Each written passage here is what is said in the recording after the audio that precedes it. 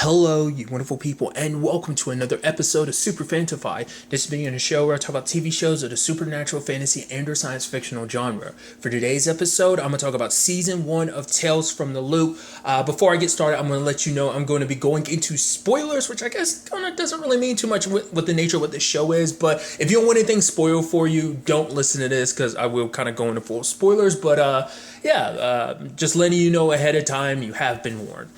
But in general, what I thought about the season, I thought the season was great. If you know me, I'm not really much of an anthology person. I'm kind of weird like that. But I make exceptions, especially in this case, just because even though it's different stories, they are connected. Not necessarily always in the biggest way. Some stories are more heavily connected than others. But it is more so just a situation of these being very isolated stories. And I thought it was really neat, too, because like we actually look at the grand scheme of things. The episodes or the stories are very like drama first, then science fiction. It's like at the base level, there's like this story and this lesson that's meant to be learned, and then you sprinkle a science fictional angle over it.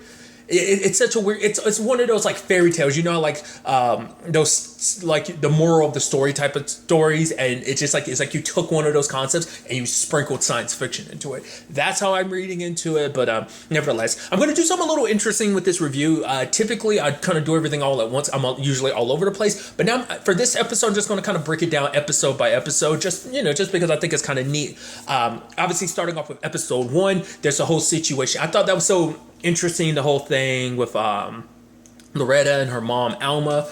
We never actually ever got to find out what it was exactly that her mom was doing, but it is kind of sad in the grand scheme of things, like the whole thing of like Loretta like time traveling, ended up meeting her own, well, both of her kids. I thought that was kind of interesting. Because I like how the story was told, because at first she's like, wait, my house is gone. It's like, what happened? It's like, is it something her mom was working on? Because like the moment she left her house, because she never checked up on her mom and she felt so bad about it. But because she had left something like, I think coffee or something outside of her mom's room before she went to school. But then she came back, it's like the house is gone. All she found was like that rock, because it was part of the eclipse, which she had stolen a piece of it. But then when she was trying to explain it to Loretta, like she was like, oh, I didn't steal it. I almost like she acquired it. I guess because she didn't want to like instill like some negative like bad aspect of like, oh, you shouldn't steal. Like, so maybe she tried to word it a little different, because she was like, Loretta's like, oh, you're not supposed to steal, right? So there's that. Then she meets Cole, and Cole is trying to help her find her mom, because it's like, oh, my mom works here at the Loop. And it's like, well, your mom, it's like, oh, I'm looking for my mom Alma, she's not here. Then there's the whole situation of like Cole tried to take her to he took her to his house, and it's like he tried to explain things to his mom, but his mom was so busy with other stuff she didn't want to really listen. And I thought was such an interesting thing, especially this particular conversation. I thought like when you look back on it in retrospect, where it's kind of like, it's like, oh, who's Alma? Alma's my mom. It's like, oh. And Cole's like, why don't you call her mom? It's like, she doesn't like that. And Cole's like, yeah, my mom doesn't like being a mom either. And Loretta was like, I know, I didn't say that. And he's like, I didn't mean, and it kind of upset her. And it's so interesting in the grand scheme of things. It's not until later on, because like, obviously like, older Loretta heard about, wait, there's a little girl here looking for her mom Alma, and she was like, wait, what? And she ends up running into the little Loretta, and Loretta, because it's like, oh, Alma, but then it's like, for one, older Loretta, it's like, wait, I'm meeting my younger self, but her younger self is like, wait, you're not my mom, you look like, wait, what's going on? So it's just such interesting stuff like that. And then like, her kind of, because it turns out Loretta remembered this. I mean, this is a whole time travel story, so she remembers it, but she was such a little girl at the time that all these years later, she just thought maybe it was a dream. So she has vague memories of it, but she thought, oh, maybe it was just all some dream or something like that. But now to see it kind of unfold in front of her, and the sad thing is like, there's that, situation of, when the time comes, Loretta's talking to her younger self. Older Loretta is talking to her younger self. And I thought it was so interesting. I mean, when you actually think about it, this is me thinking too much about it. The actress who plays younger Loretta, she plays Cassie in Ant-Man and Ant-Man and the Wasp, which is interesting considering in the Endgame, obviously it's an older version of her. So there's technically an aspect of time travel to it. So I think that kind of gets a little nutty when you actually think about it in the grand scheme of things. I'm overthinking it, but I think that's kind of fascinating. Like I said, I'm just overthinking it.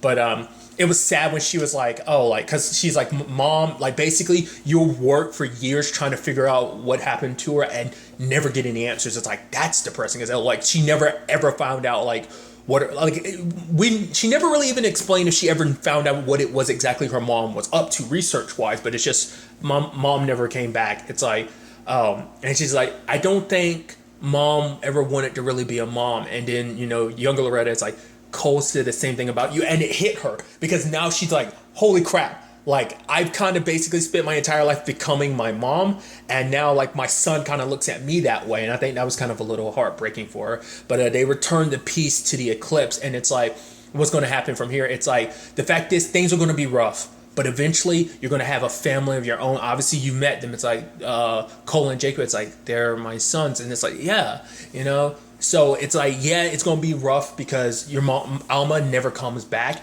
But just to let you know that eventually in the future, you won't remember this completely. You'll think it's a dream, but you'll have hints of it. And the fact of the matter is, and she basically kind of, and within the confines of like, oh, what this place is called, the loop and everything, it's like kind of basically saying eventually you'll be older and you'll be talking to a younger version of yourself, kind of completing the loop. Saying these exact same words to her, it's all like, I was like, oh, time travel stuff is so crazy. It's interesting because apparently, I think it's neat that like that's the only instance of the eclipse, because apparently the eclipse is the reason why everything happens in the loop in the first place, but we never really get to ever really examine it anymore. All the other stuff that goes down, all the craziness is connected to the loop, but you never really connected to the eclipse specifically, but you never really like it never really ties together like that. It's just kind of like these are stories in this town, leave it at that. But regardless, so that was interesting. But I think the lesson that Loretta kind of learned from this was to kind of like be there for Cole, like, because she realizes like, no, she's like, I think she realizes like how she's kind of been towards him and stuff like that, realizing it's literally the same way her mom was with her. So this is kind of like, it was almost like a necessary situation of like, I needed this moment to kind of course correct myself, to realize what I have and not kind of almost make the mistakes of the past like my mom did. So there's that side of the story. There's that situation, which I thought was kind of fascinating on its own. Then there's the whole situation with Jacob and Danny. It's a kind of basically a walk a mile in someone else's shoes type of situation, because Jacob wants to be like Danny because Danny's so popular and stuff like that. But Jacob's kind of, I think, like very like has some like insecurities to a certain extent. I think he's kind of worried. He doesn't have much confidence. It's kind of what it is. And, and he kind of wishes he could be like Danny because Danny's more stronger, more athletic. And it's just like, oh, like he's more confident. And obviously they come across this tube that lets them switch places because Danny wants to work at the loop while Jacob wants to kind of have nothing to do with the loop. He wants to be an artist, but his mom and his dad are kind of like, oh yeah, it's fine to have a hobby. It's almost downsizing it. It's almost like you kind of have to follow in the family business because me and your mom work at the loop, and that's a good stable job. It's almost like your artistic job. It's a hobby. It's fine, and then you want to draw, and it takes time to figure stuff out. But eventually you'll figure it out and you work out the loop. So it's like, so each one kind of wanted it for different reasons. Danny wanted it because sadly, because of his family situation, which we learn about, because of everything, like he's not able to go to the loop. His grades aren't good enough, and it's not something that's in their wheelhouse just because they're not on the probably on the richer side of the family. They struggle. We learn about that later in the season, but we'll get to that. But also, Jacob has an advantage because his grandfather started the loop, so he already has a leg up in that regard. So it's interesting. Jacob has everything that Danny wants, and the same thing kind of applies in Jacob's case. And so at first it seems fun, but then eventually gets to the point like it's weird being around someone else's family, because obviously like for Danny, like his sister's like signing to him. Well, it's Jacob, but he's like, get out of here, because he doesn't know what she's saying. And obviously he misses, being home. And especially when he sees Jacob with May, the girl that he likes. And now it turns into a whole complicated thing of like, I want my life back. I'm tired of kind of basically watching you live my life, especially because it's like you're with the girl that I like. And he's like, but I kind of was doing you a favor, which I'm like, how are you doing him a favor when later on you don't want to switch back bodies? It's like, how is that doing Jacob a favor when he's literally having to watch you be with the girl that he obviously has a thing for? And so Jacob in Danny's body tried to switch bodies back, but it didn't work. And Danny's body's in a coma, and obviously for Jacob, Jacob, but really Danny. I know that's confusing to say. Is the fact is he went there to see his parents, Danny's parents, and he sees like they're there, and he's like apologetic about like I didn't know this was going to happen, so he feels bad about everything. And then at the end of the episode, like he sees the robot because he had talked to Jacob before. He's like, "Oh, I had a dream where I was you." But then I was outside. There was a you looking back at me. But then goes out there and he sees the machine and he's like, Jacob, and the machine kind of turns and walks away. I'm like, because that machine was there in the background the entire time. Now my brain immediately, I started thinking, did episodes 2 and 1 actually happen in different orders? I don't think they did, because it seems like literally every other episode is in that chronological order, so that makes me in the typical order. At least I believe so. Stuff is hinted at. Got me, obviously, time stuff is kind of, in certain regards, some episodes take place in different points in time, but chronologically the episodes do take place in order. But it's just like, it made me wonder, like, when Cole was throwing those rocks at the robot in the first episode, after he was walking away with the younger Loretta, it kind of turned to look down. I was like, was that actually Jacob already inside of that machine at that point in time? Probably not. But I just thought that was so... And then the episode ended. I was like, wait, what? That's not getting resolved? And it... Well, kind of all over the place, but it's like, it never does. I was like, that's... And that's the interesting thing. Like, I made comparisons to like Black Mirror towards it, because Black Mirror kind of has like very like Twilight Zone type of things don't end. Like it's kind of similar in that, and like things actually have like a lot of this show has very depressing endings when you think about it. I mean, like there's lessons learned from it, but at the same time, it's very depressing. Like the whole situation, the whole episode in 3. I remember it in particular. It's called Stasis. It's where basically May meets that dude Ethan, but she's in a relationship with Jacob, who's actually Danny, and it's a whole thing of. Basically for her, she feels like she can never be happy for too long. Like it's fine. Like she's in love and she's happy for the moment, but eventually the feeling fades. And I thought it was kind of an interesting aspect because with Ethan, she immediately felt that she was like, oh, I don't kind of feel this with Cole anymore, which is not Cole, with Jacob, which is even sadder considering the fact is once again, it's not Jacob, it's actually Danny, which it's kind of sad to see things kind of work out that way. But everything with like her mom and everything. Which is so interesting because like her mom caught her and Ethan making out in her room, and it's like, I was wondering, like, I was curious, like, why her mom just seemed so disappointed in her. I was like, is it because she knows that May's with Jacob, and it's like because you're cheating? I was like, is that what that's supposed to mean? And then like they ended up stealing those things from that dude Lucas. Which is interesting. I was like, I was wondering. It's interesting how that ends up playing out. But she found that device and everything, and it seems like if you're wearing the cuffs, it stops. Like it freezes time all around you except for you. And so I thought that was kind of interesting how that was executed, especially because she invites Ethan to be. It's like we can be together this way, which I'm like, my mind immediately was like, wouldn't the simplest thing just to be to break up with Jacob and just be with Ethan? But then I was like, maybe the whole thing is like, maybe it's because you want kind of a bit of a safety net in case like, oh, you want to have your fun, kind of live in this moment and everything. But also them doing it in the street was what I was like, is time going to unfreeze and you're going to get caught like that? It's like, oh no, it doesn't. I thought that was interesting too, because like I was expecting it to be like, oh, we freeze time for a little bit, like they kind of do their thing of like, oh, let's sneak away together. It's like, because they were kind of making it seem like they were going to set that up of like, oh, we're going to sneak away together, like I'll freeze time here, oh, let's unfreeze time and live our lives, and then like we sneak our little affair together, you know?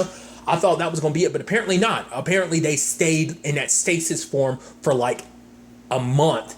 And then sadly for May, that feeling came back of like, you could tell like when they were laying in bed and stuff like that, where it's just kind of like her answers and stuff. He's like, yeah, maybe next time it'd be more like we could choose a nighttime and stuff like that. And she was like, yeah, like it seemed like that spark had already kind of died. And so she ends up taking you tries to use the device and turn it off, but they're still stuck frozen. He's like, wait, I'm stuck here. She's like, we're stuck here. He's like, no, I know, I mean that.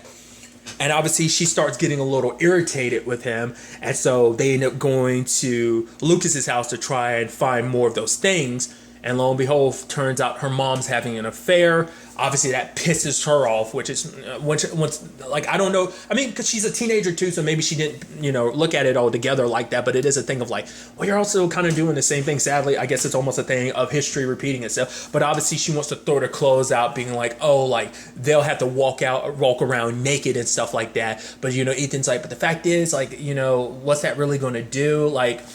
But she obviously gets pissed at him about it because, kind of snaps at him and ends up, he calls her a bitch. She calls him cripple, which obviously, like, she knows that's like kind of his kryptonite because they had made that whole promise, like, oh, we'll be here to, like, you'll stay with me, because she basically confided in him that her whole thing is she doesn't want to be alone. Hence why I think, like, once again, why she wanted to stay with Jacob too, while still kind of doing this whole thing with Ethan, because she didn't want to be alone, because she's like, me. She's like, I'm my least favorite person, which I can totally get behind that as well. I kind of feel that from time to time. I'm like, you not being the biggest fan of yourself. So I just thought that was such a sad reason behind, like, and like I said, I think that's her justification for it. Once again, that's just me reading too much into it. There's probably other reasons for it, but that's how I kind of read into it. But eventually she goes back in because she's about to take all those clothes and she's about to make it so they had no clothes. But then she looks at her mom and sees a smile on her mom's face, and then realizes, thinks back to anytime she looks at her mom around the house, it's like her mom looks sad. And it's like, I think in that moment for her, she realized, like, that she had a commonality between her and her mom. Like, her mom was doing the same thing she was. She wasn't happy and she was trying to find that spark. And I think in that moment she just dropped the clothes because she kind of realized they're the same and realized what she was doing. And so she tried to find Ethan, is like trying to apologize to him about everything. It's like the moment he was like, I was stuck here, she kind of felt like, wait, you don't want to be with me anymore. Like, that you felt like you were stuck here with me. It's like, but she's like, I'm sorry. Once again, it's just her. It was just a defense mechanism because she was afraid that he was going to leave her. But she's trying to apologize to him. But it turns out he took the cuff off. It's like, you promised you wouldn't leave me, and you did. So she turns it off, picks up the cuff, and they kind of look at each other. And it's just that sad thing of, like, they never, like, what they had was kind of a fleeting moment type of situation. And I don't know if it's that young love type of thing of, like, because she ended up teaching him, I think it was Chinese, or I want to say it was in Chinese, it could have been Mandarin, how to say I love you. And he was trying to say that to her later on because they kind of went their separate ways. She ended up bringing her mom, because she had taken her mom's earrings and she put them on the in front of her mom. It's like basically implying, like, I know about the affair, but we never find out about that. Because it was interesting because there was a line from her dad where it's like, yeah, that feeling doesn't last, and maybe basically saying that things are important and special because things don't last. So it's like, it's almost that human condition of like basically nothing in this world lasts forever. And that's what makes it special. Like, if things kind of went on forever, because May was trying to hold on to that moment. Like I said, the whole stasis thing, the whole freezing time, was living in that moment, like hoping that if she stayed in that moment would never fade. But even in that frozen time, it did, So it's just a thing of, like, once again, kind of growing pains, So, once again, kind of a sad ending. I mean, so I guess we still see them walk their separate walks of life, and we never see them kind of interact again, because I guess it's less, because she ends up talking about the whole thing with her and Jacob. She was like, yeah, I don't think it's going to last long. So I guess just because for her now, she's ready to be like, if I don't feel like staying around, I'm not going to stay around. Because I think for her, she doesn't want to do the same thing her mom is doing. It's like her mom's staying married to her dad, even though she's not happy. And I think for May, she didn't want that, And, because the sad thing is her dad doesn't know, or maybe her dad does know and he just kind of lets that slide. Who knows, in the grand scheme of things. So I just thought that in itself was such an interesting aspect. The next episode was probably one of the more depressing episodes. It's a whole situation with Russ. I didn't expect that to play out the way it did. Like, I thought he would be kind of like, I mean, he's not necessarily the main character of it, but I mean, considering the fact he's the one that started the loop and everything, or at least was part of the group that started, like, he's, but obviously he's sick, and everything. And, this episode also set up, like, a little contention between him and George, because it shows that, like, him and George don't have the best relationship, because, like, when he showed up at the house, like, George was like, hey, you want to talk to me? He's like, oh, you're here for call? Oh, okay. George seemed a little hurt. I was like, oh, you were almost expecting your dad to kind of want to see you, but he didn't. And I think it might be that thing of, like, it turns out later on we learn a little bit more about it, but him and his dad never really talked much anyway. So I think George always wanted a relationship with his dad, but it's just like they never found the words for each other. And I guess for Russ, it was always just work always ended up coming first. And obviously he's like telling Loretta later on, it's like, oh, I want you to kind of take charge. But he's like, basically take a sick day, because he never took a sick day, and currently she never has taken one, because it's like you don't want to basically spend your entire life working, because basically it goes in a blink of an eye. Because now it's like he thought, because what they do there is important, stuff like that, it's exciting and everything, but it still doesn't make up for all that time you'll miss. Like him and George have the relationship they do because he focused so much on work, and now he's sick and he has such little time left. Obviously he's trying to explain the whole thing to Cole, because he takes Cole to, because the episode title is called Echo Spear, and it's that spear that basically it's like hello, and it echoes, and it represents, like, it basically shows basically you in different points in your life, like, oh, this is you here, did this, like, it's supposed to be your echo is aging, because it's supposed to show how much of a life you're going to have. And then Russ says hello, no echo at all, because he's sick and he's dying. Even the way Russ and Carla, his wife, went about telling George and the family about it, which is also awkward too, because once again, the whole Jacob and Danny thing, I can't stress enough, like anytime he was just there, I'm like, this is so awkward, because these aren't your grandparents, this isn't your grandfather dying. So it's like, I mean, we don't even know what Jacob's relationship was like with his grandfather, but like obviously Cole had like the best relationship with him. It almost seems like Loretta had a better relationship with Russ than even George did, which is even more depressing. But obviously, Cole being a kid, he's like, because his grandfather had explained, like, everything happens, when people say something's impossible, we at the Loop try to prove, we try to make it possible. So for him, it's like, make this possible. But it's like, despite everything like that they work on, there's no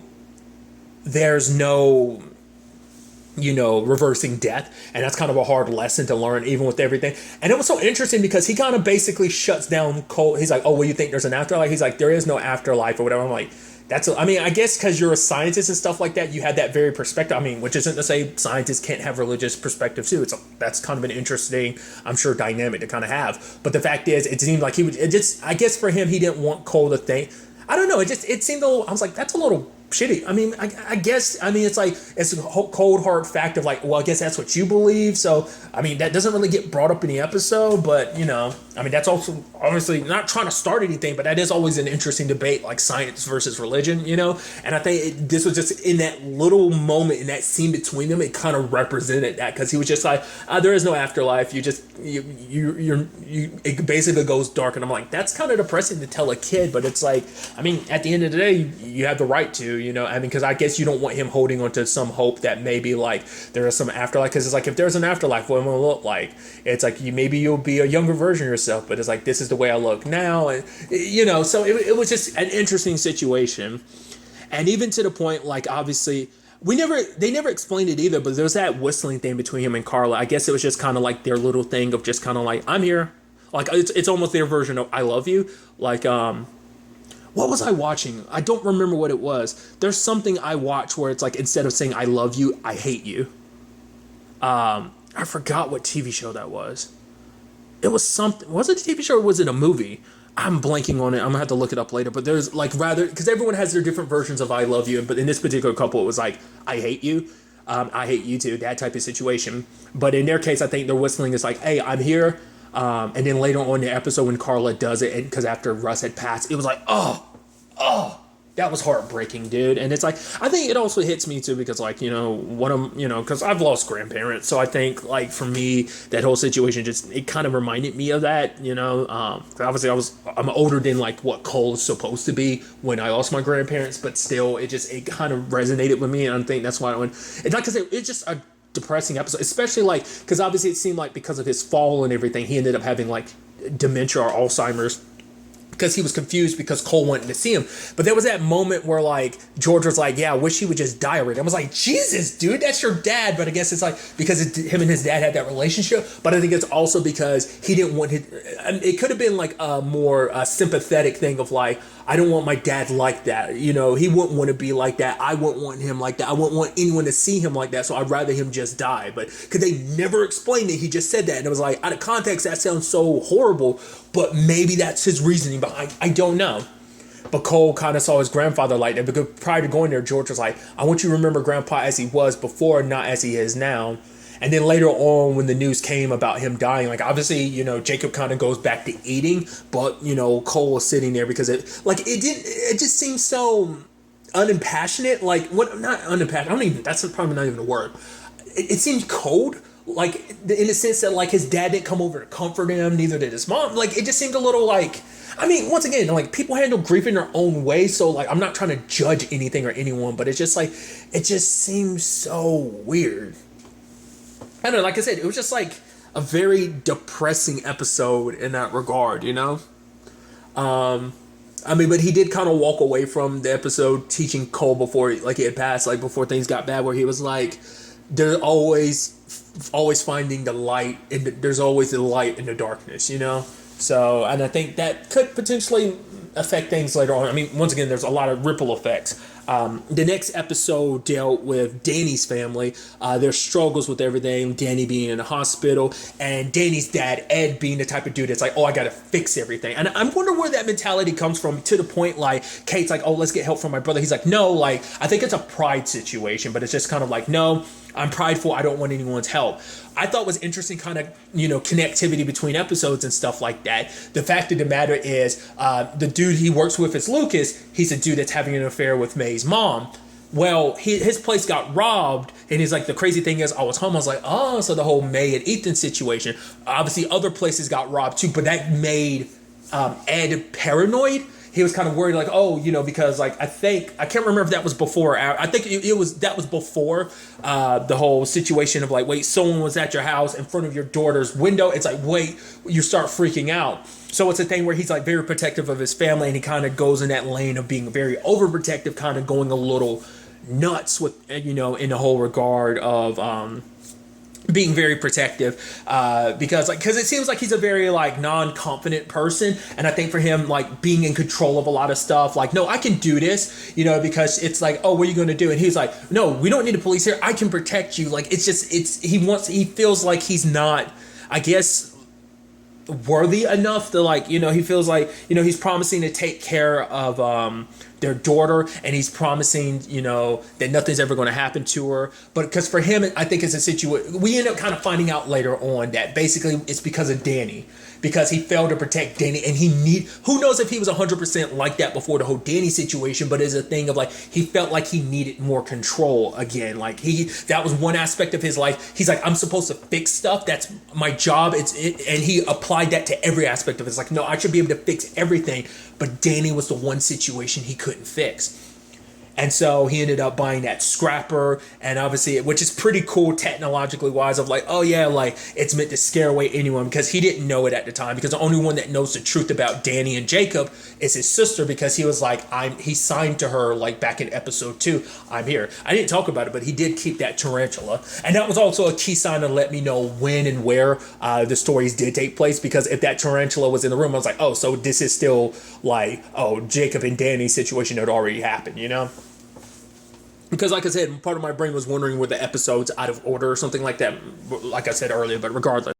But nevertheless, Jacob was, coming to visit his sister and everything, and it's kind of sad because he never told his parents the truth. Like, I mean, that kind of applies heavily. Like, if he had told the truth from the beginning, who knows what things could have been. But the fact of the matter is, his popping up the way he did kind of made their dad more paranoid, to the point like he wouldn't even sleep. He got a bonus, a raise, just so he can take the money, get the scrapper from somebody, so that he could, protect his family. Because he wanted, just like, no, I can do this. I don't need anyone's help. Obviously, later on, the cops kind of chastise him about it. Because it's so interesting, because at first he felt like, oh, I'm doing good, because it's like, Kate, she's like, oh, you kept it safe, you were good. It's like, yeah, everything's good, but obviously, like, they're still, having money troubles, because it's like the lights and stuff like that. It's like, it's going to cost a lot to fix it. He's like, no, we don't need to pay a lot to fix it. I'll just fix it. And he kept doing it, but it was always just a temporary fix. He was always putting a Band-Aid on a much bigger situation, which, could be looked at as kind of a larger, it could have been like a smaller metaphor for the larger metaphor that was basically that episode, was him always trying to put a small Band-Aid of like him letting his own pride like get the best of him and stuff like that. And obviously Jacob ended up bringing back his sister's toy because like those older kids had taken it from her, and she didn't want any other toy because that toy was special to her because, hey, that's my brother's toy. My brother got that toy for me.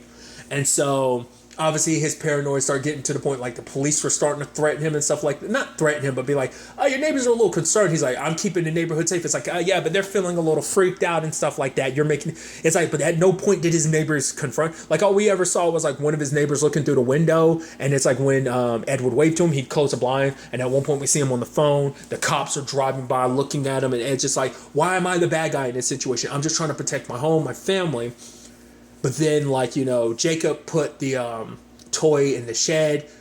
His sister tried to sneak out there to get it. Let's not forget, his sister's deaf too. So anytime Ed was trying to be like, whoa, who's in there? I was like, oh, dude, this is bad. She can't hear you. She doesn't know what's going on. It's like, dude, this is the biggest level of miscommunication I've ever seen.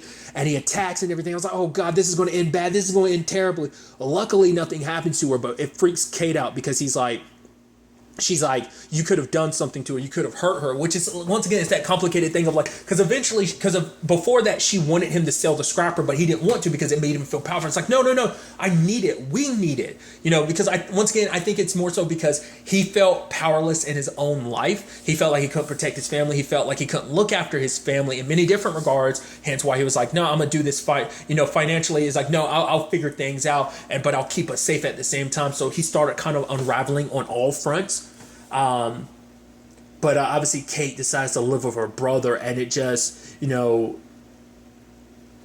for him, because Lucas is try to talk to him about everything, and he's like, you don't understand he's like, I get it, you're scared. He's like, no, you don't get it, you won't get it, you don't understand the responsibility, like the weight that's on me, and like the responsibility to look after my family. You don't have a family, which is, you know, kind of shitty for him to say all that. I mean, obviously this is also coming from the man who hadn't been getting sleep. He's been working, plus he's at night patrolling the house and everything. So, but it wasn't until later on that he realized, like, oh, he ended up changing everything. He ended up selling the scrapper and ends up getting money and, you know, properly fixed the lights in the house, and kind of, I guess, found his way to fixing everything his own way. I think all that ended up happening after he went to visit Danny, or was it before? I don't remember the order and all that, but like I said, it's just like, and it's not till like episode 7 we get an answer to this, because Cole says, oh, Danny, he died. So I guess like at the end we see like Ed holding him, but I guess like I was wondering like, oh, was Danny quote unquote, but I was like, no, it can't be Danny or Jacob. Like there's no possibility because Jacob's in the machine, so that's an empty husk. So I guess either they eventually took him off life support, or he just naturally died. Either, I'm thinking it's more so the latter. But it was like, oh, so we got a continuation of that story just kind of off screen. The next episode dealt with Gaddis, because he had been in the background of a couple episodes. He was at the guard in the first episode that Cole talked to. He was also in the restaurant when Ed was having was kind of going off on Lucas, I think. Or I think it was like, yeah, like Gaddis was in the restaurant at that time and stuff. So we kind of learn about his story. We see like him having this picture of this dude, and it's like he's trying to fix his tractor, and it's like, okay, what's this all about? And it turns out like, oh, I think maybe it's because of his situation of like, well, he's gay, and even because God, I didn't even realize that him and Loretta were like close like that, because he's having dinner with Loretta and George. And it's like we find out, well, for one, he's a birder. I was like, why a birder? Why not just a bird watcher? Like, what? But I guess maybe that's the actual term for bird watchers. Maybe, I mean, I'm sure that's where it comes from, a combination of bird and watcher, birder. But whatever the case may be, we learn little bits about him like that. And we see him focusing on that picture. I'm like, what's that picture? I was like, is that supposed to be someone significant? I was like, what's that? Like, is it an ex or something? At one point, we literally see him about to masturbate. Not even just about to. We see him. And the starting of masturbating to the picture, I was like, oh, that's interesting. That's what made me think, was it an ex? And he met that dude at the bar and everything, Kent. We later on kind of find out his name. And he was like, oh, yeah, this song. And it's like this awkward conversation because Kent was trying to like start something between them. But obviously, and I thought it was kind of interesting. From the very beginning, they kind of show you how a little OCD Gaddis can be, because it's like, oh, Ken had accidentally picked up the pool ball. He's like, oh, I'm sorry, is this right? He's like, yeah, mostly. But then he went back over and he adjusted it, like things have to be perfect. And even that conversation gets continued further, because obviously because Loretta had brought up the fact is that Gaddis is very particular about the type of person he meets. And for him, he looks at George and Loretta. It's like, oh, you had the perfect life and everything. He's like, I wish I had something like that. And she's like, it's not perfect. We have issues. Basically suggesting that there's no such thing as perfect. And Gaddis is like, so you say. Also, interestingly enough, we see that May ended up helping him fix that tractor. She ended up helping get the piece and everything. And he ends up fixing it. But when he turns it on, like we see some warping. Well, it's also interesting too, because like when he was nearby, he saw like a ground. Prior, he had seen the ground kind of open up. I'm like, what the hell was that? We never 100% circled back to that, but I guess that was kind of like supposed to be a sign of what was to come. But then he kind of, at first the area looked a little different. I was like, did he time travel or something? I was like, what's up with this place? Like, what's going on? And then he knocks on the door and he sees another version of himself. Like, oh, I thought you time traveled. You didn't. You parallel unit, what? And then he sees Alex and it's like, wait, what? Because it turns out that tractor is actually from their world, because it turns out in this world, the loop doesn't exist anymore. It actually shut down sometime prior. Obviously, Gaddis's world, it continued. So whatever they were working on in the loop ended up causing that tractor to pop up into his universe, and now it ended up coming back to this universe where it's originally from, with him in it. And I guess that's what that hole in the ground was supposed to represent. It was supposed to be like a wormhole type of situation. And obviously the Gaddis from Gaddis 1 and Gaddis 2. We'll call the OG Gaddis the one that we kind of first followed. Gaddis 1, Gaddis 2 is the one that's with Alex. That situation I thought was so fascinating, because immediately, the fact is, obviously, we notice certain changes about the world. Obviously, we hear a little bit here and there, but immediately you kind of it kind of hints about the whole like Alex thing, because it's like for Gaddis 1, it's like he kind of fantasized about Alex, even asking Gaddis 2 is like, is it hard being with someone as attractive as Alex? And he's like, yeah, sometimes. You don't really know what that line means until later on in the episode. But I thought that was interesting, because it's like, for one, Gaddis 2 enjoys Gaddis 1 being around, because it's like, I have such a good friend, someone I can communicate with and be with, like, in a sense of like, oh, we like all the same stuff and stuff like that. Because obviously the whole thing is like opposites attract. Like, so Alex, because that's something Alex talks about later on, he kind of likes his own things, and Gaddis likes his own things as well. So it's almost a thing of like, oh, we're opposites, but we attract. Whereas, like, I guess for Gaddis 2, he found someone else. Like, oh my God, I found someone just like me. Like, oh, we could be friends and stuff like that. But then slowly but surely, you start noticing the whole Gaddis 1 and Alex thing. And it's like, that's interesting. Starts off with kissing. Gaddis 2 having to hide him away, because it's like, yeah, we kind of hard to explain to our friends this whole situation. But I'm like, oh, and it's kind of, it's interesting, because at first you're like, oh, that kind of sucks. But also you can see like Gaddis 1 getting more aggravated with it, because he's like, I told you it's fine. Like, he kind of snapped at Gaddis 2 a little bit, because I think he started getting irritated, because he ends up talking about it later on, because it's like he heard that Gaddis and Alex had fought, and he was like, oh, I heard that you guys were a fight. Like, I was wondering if there was problems. He's like, no, it's just an argument. That's all. He was like, really? Is that all it was? Like, he's kind of poking holes at it. And it's, him and Alex start having an affair. And for him, it's like, he held on to Alex, because in his mind, it's like, oh, Alex is perfect. And even, later on gave him that book, him saying like, basically, let's run away together. Like, obviously, you're really into me rather than him. It's like, I will cherish you and love you like he won't, essentially, even though we're the same person. But basically, Gaddis 2 finds the book, and it's like, yeah, it's not what you think it is. And he's like, what? It's like basically saying like, Alex, we find out Alex has had multiple affairs. I'm like, Jesus. He's cheated on Gaddis 2. That basically, it's like, but this time, basically, Alex, it's the whole thing of being in a relationship of like, you want something new. So, Gaddis 1 was different from Gaddis 2, so it was almost like being with a completely new person. But he's like, he didn't realize that Gaddis 1 was taking this so seriously. He thought it was just going to be fun, but it becomes so much more. Like, Alex doesn't want to jeopardize his relationship. It's almost that what I brought up before about May, of like, fine to have your fun, but you want that stability, that comfort, you know? And, you know, because Gaddis 2 is like, I would never do that to you. But Gaddis 1 is like, wouldn't you? And he's like, maybe if I were in your situation, I would take Alex from you. But the whole thing is like basically saying that Alex isn't perfect. And he's like, neither of us, like, because even though, using an example of he cheats, it's like that, you know, because in his mind, because Gaddis 1 had created this fantasy of like, oh, this is who Alex is. Oh, he's great. He's perfect. And then when he meets him, he's like, oh, you meet all those expectations, but you weren't around him you weren't around to see the flaws. Hence the whole thing rolling back to like Loretta, and even like the whole thing about the pool ball. He's so caught up in like, oh, like the perfect thing, it's like, there's no such thing as perfect. People are flawed. Human beings are perfectly imperfect. And that's the perfect thing about us, you know? And I thought, you know, that was kind of an interesting lesson for him to learn. That's an interesting lesson to think, because I think we all have a tendency to kind of put people on a pedestal. Like, we put people on pedestals like, oh, this person's so this and amazing. Like, I've done that plenty of times. There's been plenty of people in my life, like, you know, with girls and stuff like that, where I was like, oh, like, especially when I was younger, I put a lot of girls on a pedestal of like, oh my God, they're so amazing. Then I got to know, I was like, oh, you're like any other human being. You have flaws, you know. Certain aspects of you don't mesh with me, and that's okay. It's okay for not everything to be like very just like, oh, picture perfect, you know.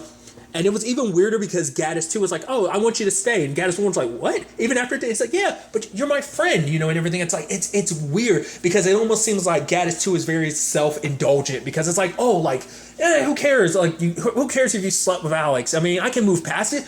I get to have you around, someone like you. It's like, you just want another version of yourself around. That's just, it's weird. But for Gaddis, it's like, Gaddis 1, he's like, I gotta leave. I can't stay here. It's just like, you know, and I'm like, you're kind of sad too, because you're like, their life is kind of imploded going forward. So I was like, oh, that's kind of, I mean, well, apparently they've kind of fixed everything before, but, you know, I think for Gaddis, it's just kind of, you know, he thought he found kind of a place. He thought he found someone, because he's stuck in this world, because he tried to leave, but the tractor wouldn't take him back, because I guess it's like, so I was like, are you just going to be stuck in this world? He goes to a restaurant and sits down, and lo and behold, who does he run into? This world's Kent. And it turns out Kent's a birder too. And it's like, wait, what? Because he had such high expectations with Alex, like, oh, no one can meet these expectations that he had created in his head about Alex being perfect. Alex wasn't. And now he meets Kent and realizes, like, oh, what makes you think, like, maybe Kent from his world was also a birder, but he never really gave him a chance, because it's like, oh, you're imperfect, because he came up stammering and stuff like that, saying the wrong things because he was nervous. But now I think, you know, Gaddis 1 ends up kind of seeing things differently. It's like, oh, like you know, he's willing to kind of give people a chance to realize, like, oh, if I put all my expectations of somebody being perfect and all that aside, I get to know someone, I realize, like, oh, there's so much common ground between us. So I was like, that's such a fascinating aspect. And then the episode ends because it's like, oh, you never go back home. We see it later on that there's a different security guard that works, or rather, like, person at the booth in front of the loop. So it's like, oh, it's like, and it's just one of those things. It's kind of like, oh, we just never explain it. And it's like, oh, also, when you actually think about it, that's got to be hard, because like there's another version of you that already exists in that world. So it's like, what do you do about the whole ID situation of like, you're going to have to live in that world. A world is completely different. Well, not completely. We know at least some of the music's differently, but a lot of it's still the same. But it's like, what ID, like identification, especially considering there's another version of you that exists in that world. You're eventually going to have to explain that to Kent. Will you ever go back around to Alex and Gaddis 2? I'm curious. You know what's actually interesting too, because the actor who plays him is the same actor from Altered Carbon. Yeah, that plays Vernon Elliott, which is interesting because in Altered Carbon there's the whole double sleeving thing, so you can almost like clone yourself, which is so interesting that it never happened to him, but it's interesting that in this episode he kind of meets another version of himself. So it's just I'm connecting the dots there. The dots aren't meant to be connected like that, but I just personally thought that was interesting. So. And then the next episode was kind of an interesting story about the moral of it being like not treating people differently because they are different, treating someone worse because they're different. They set that up at the beginning of the episode because we have like what we later on find out is a young George. Him and his friends are making fun of a kid. It seems like he might, he's different, and it's like they're kind of laughing about it and stuff like that, which is like, man, you guys are such shitheads. Then like you also see how shitty his friends are too. You're like, man, for one, it's like the whole snake thing. They're throwing it on him. It's like, laughing and they're zapping. It's like they seem like a bunch of douchebags. Then there's the whole situation of them convincing him to go to the island. You kind of have a feeling it's BS because one of the kids was like, it's like, oh, he's stammering while he's trying to tell the story. It's like, I don't know, my sister never said, like, you can, I was like, you're making shit up about there being a monster on the island and stuff like that. They go over there, they pressure George into going, and I'm like, those aren't good friends. I'm like, this is like an after school special being like, don't give in to peer pressure, because I'm like, those are dickhead friends of you, like, oh, let's go to an island where monsters, blah, blah, blah, blah, blah. It's like, oh, you guys suck. Oh, they super suck because they left you on the island. I'm like, that's the shittiest thing you can do. Because obviously, George was on that island for at least a day. And it's like, what kind of asshole friend? Like, they probably, like, oh, there's no island. Oh, blah, blah, blah, blah. We'll scare him a little bit. Ha, ha, ha, that's funny. Ha, ha, ha. But then he gets bitten by a snake, and I'm like, because at first I was like, we know in the future, I was like, because I was like, it's like, I was like, something's going to happen to you. And then he gets his arm bit. I'm like, wait, is this supposed to be...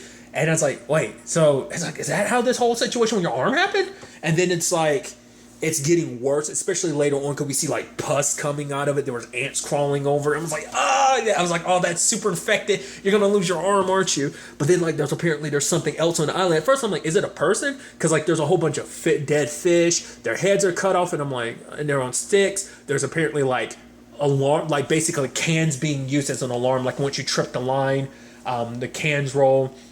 Obviously, it starts pouring down rain. He has to take shelter in a log. I'm like, are you serious? I would never hang around with those douchebags again. Because later on, they're like, hey, they're trying to get in touch with him, and he closed the blinds. I was like, I would cut those SOBs out of my life super fast. I would never talk to them again. I would hope he didn't, because I was like, those kids suck.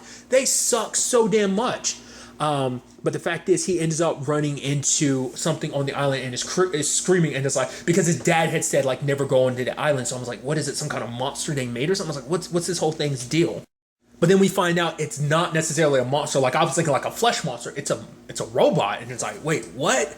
And obviously, like he hears his friends calling for him. He's running towards the beach. He had zapped the creature, and he ends up running. And he manages to calls out to them enough that they were leaving, but they circle back. He comes back. His arm had to get amputated. I was like, dude, those kids suck. But then we see him get his robotic arm, his prosthetic. And even in class, this girl's kind of looking at him and smiling at him. He's smiling back. And she asks, are you a robot? And it's like, that sucks. I was like, that's shitty. But once again, it's a whole thing of like, he got treated differently because what did he do at the beginning of the episode? He was making fun of someone else for being different, and now he was different. But now we also see that basically, his dad kind of chews him out. It's like, you should never been on that island. Did you tell anyone what you saw? Good. Don't tell anybody. Blah, blah. It's like his dad reprimanded him. And it's like, once again, kind of tying it back of like, that's probably one of the reasons why you and your dad didn't have the greatest relationship to begin with, but now that kind of implements like why plays into it more, because he was so focused on his own work, he wouldn't pay enough attention to you. I guess it's kind of like the argument you can make with that whole situation. But obviously you can tell like it traumatized him, because it's like he would hear it screaming and it scared him a little bit. And I think maybe even looking at his robotic arm probably made him think about it even more. And we see years later, it seems like he never told anyone about it because his dad told him not to say anything about it. And so now it's like present day, his dad, is gone and everything. And obviously he's thinking about the creature and everything, even to the point at one point he hooks up his device that he was working, that little radio signaling thing he was working on in the past, and he hears the screech from the creature again, like, oh, it's still on the island, it's still alive. And he goes ask his mom about it, and it turns out it's something his father made, but it's like, oh, like he never let it come back home because like, oh, he knew that it would be treated differently because people would fear it because they'd be afraid of something different, which obviously that's a story we've seen, I brought it up over and over again. That story has been replicated so much throughout, well, history in general, but even just within fiction, whether it be your Hunchback of Notre Dame, your Frankenstein, more like Frankenstein's monster, but the whole story of Frankenstein in general. So we know kind of what that whole thing is, which is interesting to think of Russ as Victor Frankenstein and that robot to be his monster, because she's like, oh, that poor thing being all alone. She's like, poor thing. Do you know what I went through in that island, Mom? And it's like, because did Dad ever tell you about it? It's like, because she was like, yeah, you and your dad never did talk and stuff like that. It's like, but why are you bringing it up now? It's because he's gone. Like, I think because for him, it's like his fear of always dealing, like he never confronted and dealt with it because he always, I guess, felt a little like stern finger from his father telling him, don't tell anyone about it, don't bring it up again type of situation. So I'm assuming because they never talked and stuff like that, like I guess it also plays into the fact is that maybe George has so many regrets that, for one, it's like it's a bit of fear, but it's also something that's connected to him and his father. So I don't know, like it almost seemed like history was kind of almost repeating itself because the way it seemed like it didn't seem like him and Cole really talked either. It's like, oh, here's this thing. It's like his dad found Cole found that like was essentially like a taser baton, and it's like, oh, it's not a toy. It's like, what is it for? For nothing. Then why does it matter? It's like, it's not, it's like he's not talking to his son, which is like, once again, history kind of repeating itself, sadly enough. But his mom kind of explained like what that creature's whole deal was. That the fact of the matter is, it wasn't on the island to protect other people from it. It was on the island to protect it from other people, because people are afraid of what they don't understand. And even to the point, like there was that point where George is in a barbershop getting his hair cut, and this little girl's looking at his arm, and he's like, no, it's okay. It's not scary. It's just different. And showcasing that, people can accept different things. Maybe if you're young enough, some people when they're young, they look at something different and it's like, whoa, it's scary. But other people don't, so... And I think he took that and he applied it, and he ended up fighting the creature again, and it's a little banged up and stuff like that. It's missing an arm and everything. Like, I guess when he shocked it back then, he did that to it. I didn't really realize that. Because at first, my immediate thought was like, you don't think the arm that he got is actually the arm that... Did his dad take the arm off that thing and put it on him? It's like, no, he didn't. But it just... Maybe that was, like, where that technology came from, maybe, I mean, obviously prosthetics already exist, but to the extent that the one that George has, I mean, even to the point the one he has was a little old model, and the lady was like, oh, do you want a more advanced model? But for him, it's like, it was his arm. He's had it for so long. It's become a part of him. And so, like, to have it replaced by a different one, it's like, no, I'd rather just have this one fixed up because, it's me. It's mine, But he ends up talking to the robot. He apologizes. It's like, my grandfather built you. He also left you here because the bolt he had found when he was younger, it had like a hole punched in it. It was a robot's bolt. It was left on that island stranded. It's been there for all these decades alone, And obviously George is kind of apologizing and being like, he puts the stick down. He's like, I'm not going to hurt you.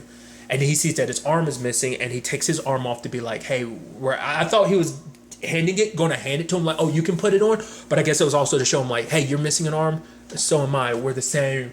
We never got to find out whatever happened to that. Did he ever bring it off the island? Did he come visit it from time to time? Did he bring Cole to come see it? Maybe potentially. But like I said, a moral lesson of like, don't think people are monsters just because they're a little different from you. Like different is okay. It's nothing to be scared of, And that's kind of sadly the human condition. And like, oh, we have a tendency to fear things that we don't understand, things that are different. There's many different levels and layers to that whole. That's all. It's just interesting that the storyline being told in that way. And so, it's one of those things that like, there's so many of those stories. I'm like, I want more to know. Like, I want to know what happened after that. Because we never find out. And so the other aspect of the whole situation, and then finally there's the last episode of the season, dealing with Cole. Like, so much in his life is already changing. For one, his grandfather's gone. His brother's not around anymore because he's already working at the Loop and everything. So he's living in the city, so he's not stopping by around anymore. What's interesting, though, really quickly, I should also know, obviously it shows that him and May definitely aren't together anymore because we see, like, I think a redheaded girl kind of leaving his place. And I'm like, I'm assuming that's Lauren, which is interesting because Danny and her kind of had a thing a little bit prior, but obviously when Jacob was Danny, they definitely had a thing. So I guess that kind of became a thing after all. I still worked out that way, interestingly enough. But regardless, he's trying to contact Jacob, but Jacob won't come home and stuff like that. And it's like, at first I was like, I was like, because I was like, oh, my immediate thought was like, oh, Jacob must be like having anxiety about being around you. Maybe that's why he's not coming. Because I was about to say, because I brought it, I was thinking about it the entire time. I was like, Danny seems so okay as Jacob. Like if I was him, I'd feel sick to my stomach knowing that I'm living someone else's life and they can't live it either. And I just, I was like, but like even that episode with him and May, like it seemed like he was out hanging out with other people. I'm like, oh, you seem so okay with it. It didn't seem like it was an issue. Like I said, like, I don't know. It just didn't, but maybe it's because he was never the main focus, so we never got to know. But it's not until later on when when Cole goes to visit Jacob to go like, hey, like, are you ever going to come back home? Because for him, it's like so much stuff is changing, and he's scared about change. Because he even had the conversation with his mom, because his dad was like, because he's like, why do things have to change? And his dad was like, because of time. And it's like that basically as time progresses, things just naturally change. And for him, it's a situation of, his mom trying to tell him that basically, like his grandfather had told her of like basically things happening in the blink of an eye, because it's like, oh, this book you're reading that your teacher gave you, we'll circle back to that. The fact is, it's like, oh, your teacher gave you this book. Like, I checked it out too. And it's like, oh, was that a long time ago? And she was like, it feels like the blink of an eye. It didn't feel that long, So it's like kind of a continuation of that conversation that Russ had. So about, enjoying time while you have it, because it's like this time in your life you might not recognize it is a very special time, because before you know it, it's gone. Like time, and that's the thing, like so much of your life, even I feel it, I'm like sometimes like it's like, oh, life kind of goes slow, but in other moments you're like, honestly, it's flying by when you think about it. Like Jesus, like once again, I graduated from high school, what was it, 9 years ago, and that still feels so fresh, yet at the same time so far away. That's just 9 years, and it's crazy to think about that. But regardless, but he went over to, Jacob and asked him like, oh, why aren't you coming home anymore? Are you mad at me or something? He's like, no. And then he finally explains it. He's like, I'm not your brother. And he's like, oh, you're lying to me. He's like, no, I'm telling you the truth. Because he couldn't keep it in any longer, because he didn't want Cole to be mad at himself. It's like, it's not because of you.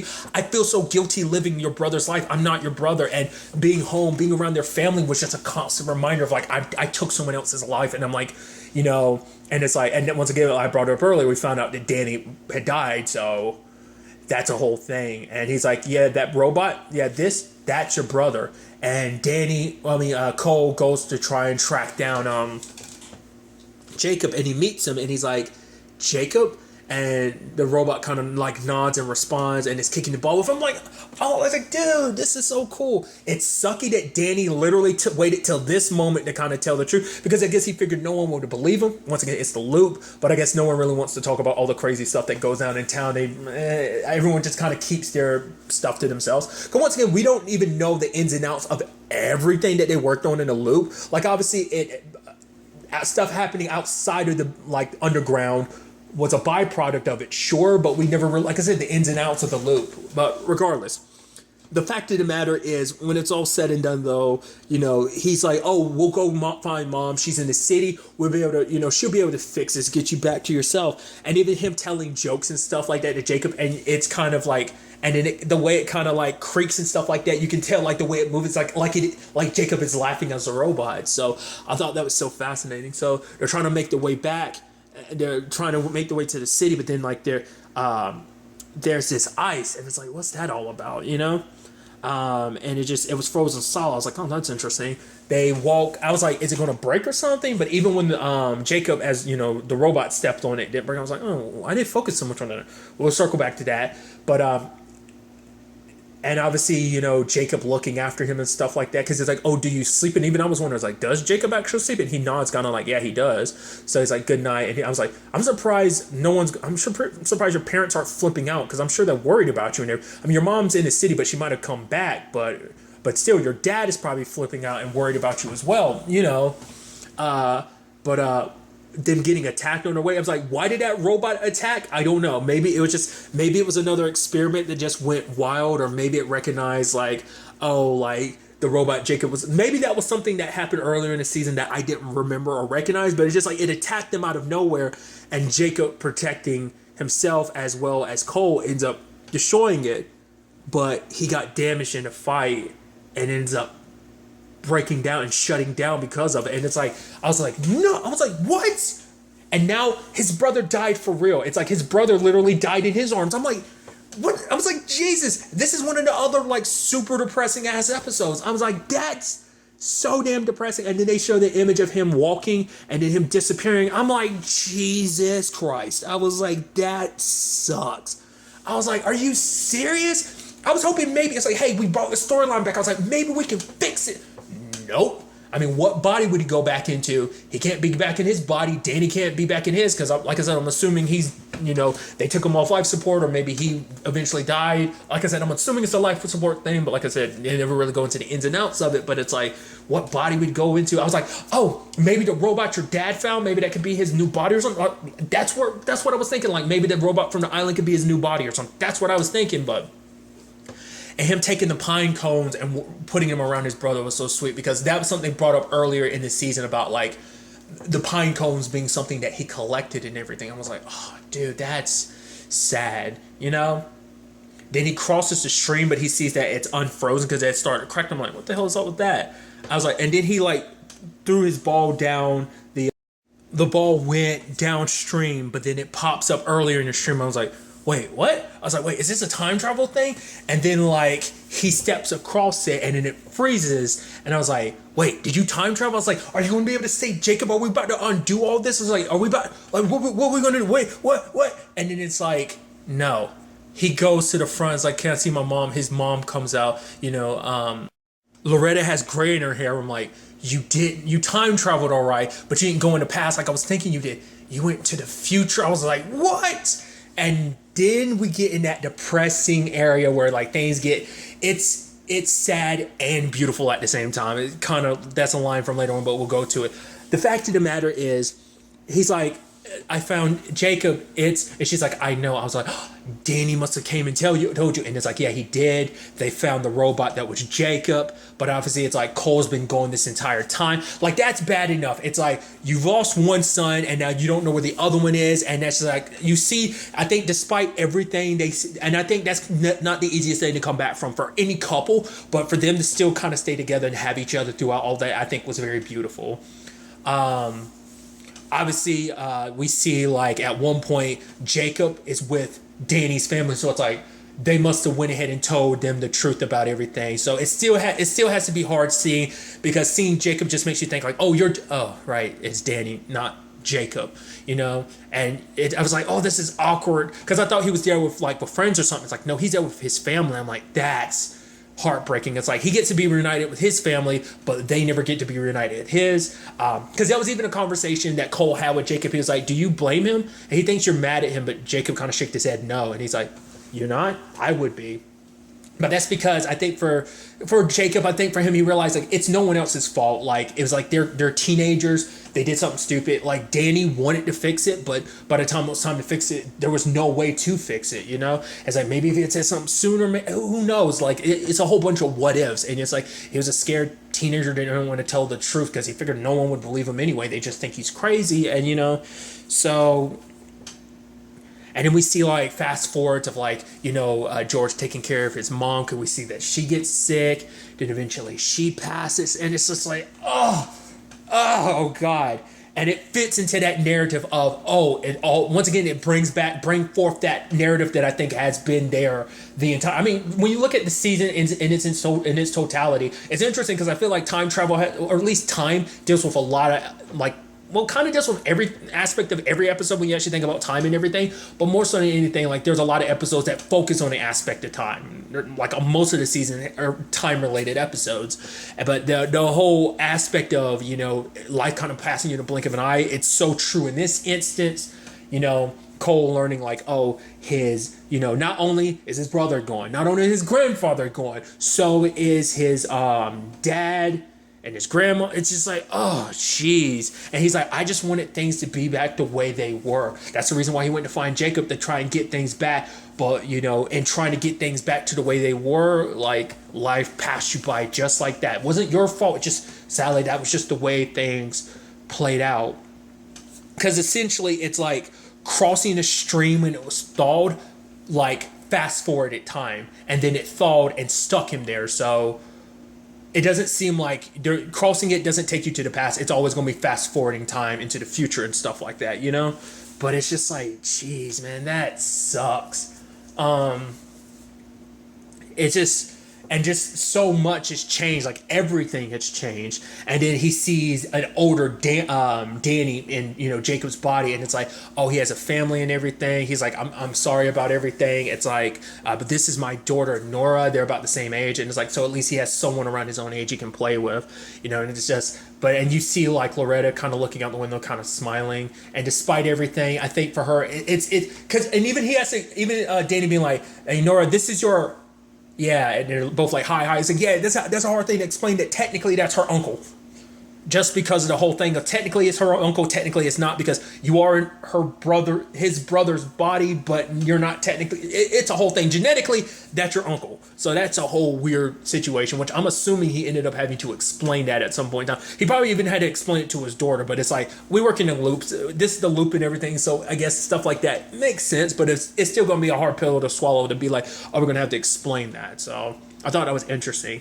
And also how this all ties into like what Cole's grandmother had told him about taking pictures of like what you kind of, you know, hold, cherish. And I thought was so interesting because she was like, oh, like I looked up at the camera, like she was like, oh, when I was looking up there in the middle one, I could have sworn I saw someone on top. I was like, was that kind of a throwaway line? What was that? That comes back full circle later on, but regardless. What's interesting though is like obviously he wants to take a picture of his mom because like, you know, to hold on to the things that are important to you, that you do cherish. And he's like, look this way, and he's like, Mom, did you miss me when I was going? And she's like, more than anything. And I was like, you see tears kind of flowing down her eye. And then as he's looking through the camera, he sees because he never knew that the little girl he had met at the beginning was his mom. He still never found, I guess they still, because like later on he had brought up that during the episode when his grandfather died, it's like because of the eclipse, which I thought that would have been a means to kind of send him back in time, but I guess it doesn't work like that because he's out of time, but at least young Loretta was out of time in a different way.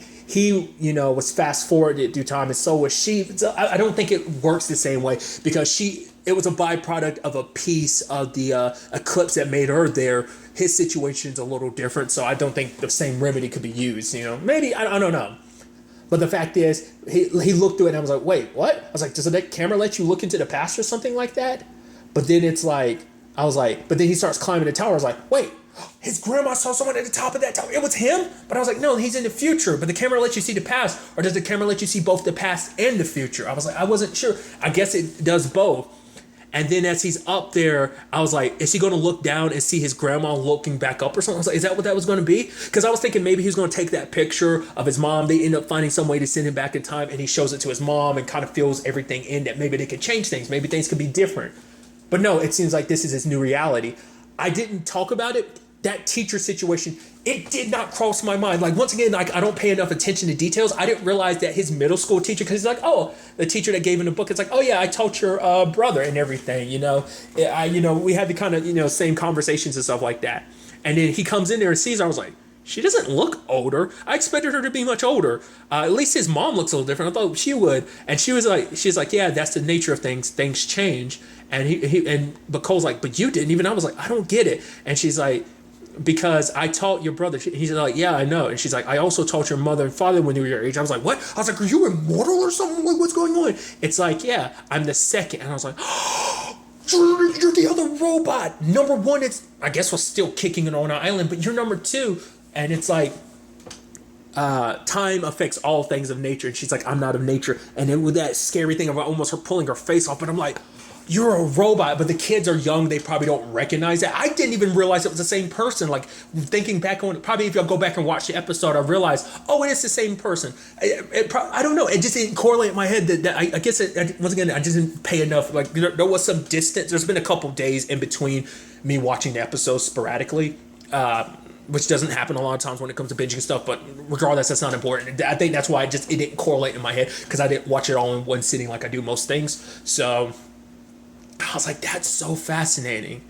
But when he goes to the top, and then at the same time we fast forward to him like as an adult. He's married and has a son, and I'm like, remember the episode, the Echo Spear? Like we saw like behind him at this point. I was like, are we going to start jumping forward through all of his life? That's what I thought we were going to be at, but it's like, no, it was his home, and it's like, yeah, no, he doesn't know who owns it now. He's like, it used to look a little different back then. I was like, they're like, but basically, talking about how does it like, I forgot what the exact wording they said, but basically he responds to it as the blink of an eye, like that whole thing coming full circle, because he turns around and he sees like these two kids, a bigger kid and a little kid, and I think it probably made him think of his brother and him, and it's like, holy crap. Interesting enough, I looked up the actor. I'm blanking on his name right now, but the actor who played Cole as an adult there, apparently he started and directed the movie Primer. I've never seen it, but I think it's a time travel movie, so I think that's kind of interesting. I think that's a time travel movie, if I'm not mistaken, because I've heard someone bring it up recently. I've never seen the movie.